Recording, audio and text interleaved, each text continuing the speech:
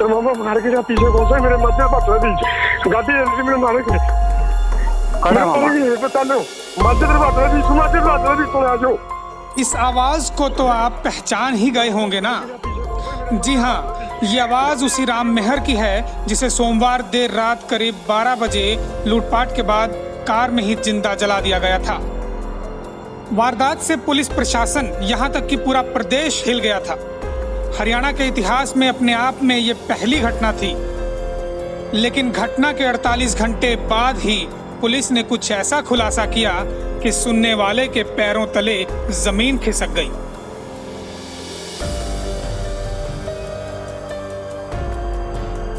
जिस राम मेहर की मौत की खबर सुनकर परिवार गम के अथाह सागर में डूबा जा रहा था, पूरे गांव में शोक की लहर थी। पुलिस की साख भी खतरे में थी। दरअसल वो राम मेहर मरा ही नहीं था।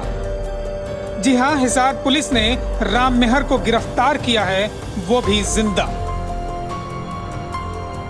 क्या राम मेहर ने खुद के मरने का षड्यंत्र रचा था? क्या राम मेहर की मौत और उसका ये ऑडियो सब उसकी साजिश का हिस्सा था?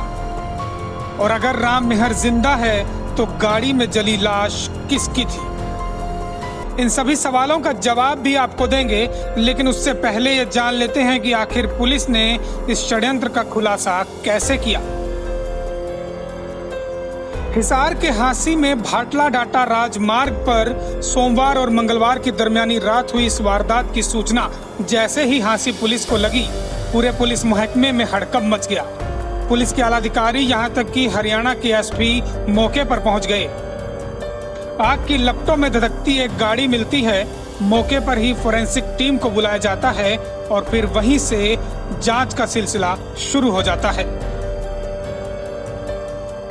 ये 6 तारीख की घटना है जिसमें डिकॉयटी विद मर्डर की सूचना पुलिस के सामने आई थी, जिसमें ये बताया गया था कि Ram Mehar son of Tekram village Data गांव का जो निवासी है, व्यापारी है, उसकी मृत्यु हुई है जलाने के बाद और उसको लूटा गया है।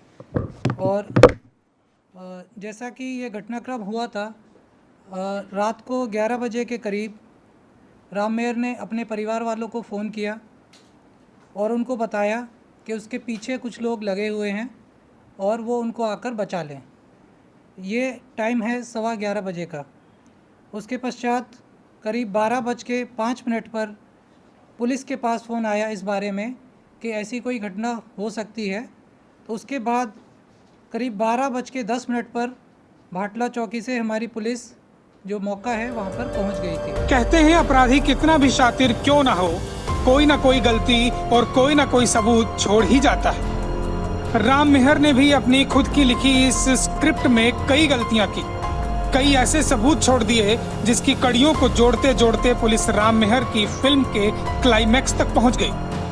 पुलिस ने राम मेहर को छत्तीसगढ़ के बिलासपुर से गिरफ्तार कर लिया और इसी के साथ उसका भांडा भी फूट गया।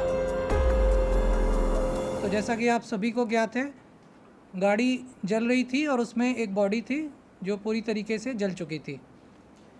पुलिस ने इसमें इन्वेस्टिगेशन करते हुए महत्वपूर्ण सुराग लगाए और जो हमारी इन्वेस्टिगेशन चल रही है उसमें पुलिस ने ये फाइंड आउट किया है कि जो राम मेहर व्यक्ति है वो एक्चुअली में अभी मरा ही नहीं है। ये पूरा एक घटनाक्रम फैब्रिकेटेड है और जो राम मेहर व्यक्ति है उसकी पुलिस को तलाश थी, पुलिस उसके पीछे लगी हुई थी। जो हमारे पास महत्वपूर्ण जो क्लूज़ थे उसके हिसाब से, और उसको आज बिलासपुर छत्तीसगढ़ में पुलिस ने पाया है और वहां से उसको लेकर आ रही है। मात्र 48 घंटे के अंदर कानून के हाथ राम मेहर की गर्दन तक पहुंच गए। पुलिस ने राम मेहर को गिरफ्तार किया और हिसार के लिए रवाना हो गई। कल पुलिस राम मेहर को लेकर हांसी पहुंचेगी और फिर शुरू होगा पूछताछ का सिलसिला। वैसे अभी तक जांच में इस पूरे कांड में पैसों का खेल निकलकर सामने आ रहा है। पुलिस की माने तो राम मेहर करोड़ों के वारे न्यारे करना चाहता था, इसीलिए उसने खुद की ही फर्जी हत्या की कहानी लिख डाली। जो घटनाक्रम था उसमें कई चीज़ें जो मौके पर हमारी एफएसएल टीम गई और हमारे डॉक्टर अजय भी गए हिसार से, मैं भी गया। सभी ने उसका जो मौके का मुआयना किया। उसके पश्चात उसमें कई गंभीर सवाल खड़े हो रहे थे। सबसे पहले तो ये था, अगर ये लूट की घटना होती तो गाड़ी जिस तरीके से वहाँ पर एक साइड में पार्क थी, तो वो उसमें ऐसा नहीं लग रहा था कि गाड़ी भगाने की कोशिश की गई हो या फिर कोई उनके पीछे लगा हो, कोई उसमें टसल हुई हो आपस में, ऐसी कोई चीज़ सामने नहीं प्रतीत हो रही थी। साथ ही साथ गाड़ी जब खड़ी थी उसका हैंड ब्रेक लगा हुआ था, तो हैंड ब्रेक अमूमन जब पार्किंग की जाती है आराम से उसी टाइम पे लगाया जाता है।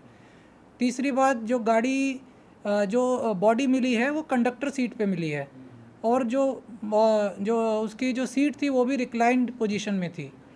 तो इस पूरे जो सीन ऑफ क्राइम की जो एनालिसिस से भी यही प्रतीत हो रहा था कि इसमें कुछ अमिस है, कुछ ये घटनाक्रम कुछ और है और जो ये दर्शाया जा रहा है वो वाकई में नहीं है। उसमें जो अभी पुलिस के पास जो जानकारी उपलब्ध है उसमें 2 बीमों की जानकारी हमारे पास आई है।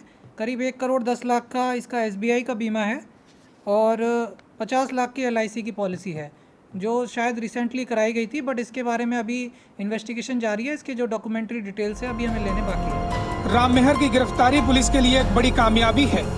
हिसार पुलिस ने वाकई शानदार काम किया है, लेकिन अब सवाल ये उठता है कि अगर राम मेहर जिंदा है तो कार में जिसकी लाश मिली वो कौन है? क्या राम मेहर के इस षड्यंत्र में उसके परिवार वाले भी शामिल हैं? और सबसे बड़ा सवाल कि राम मेहर ने आखिर खुद की हत्या की झूठी कहानी क्यों रची? पुलिस के सामने इन सवालों को हल करने की चुनौती है जो अभी भी मुंह बाए खड़े हैं। हांसी से संदीप सैनी, पंजाब केसरी टीवी।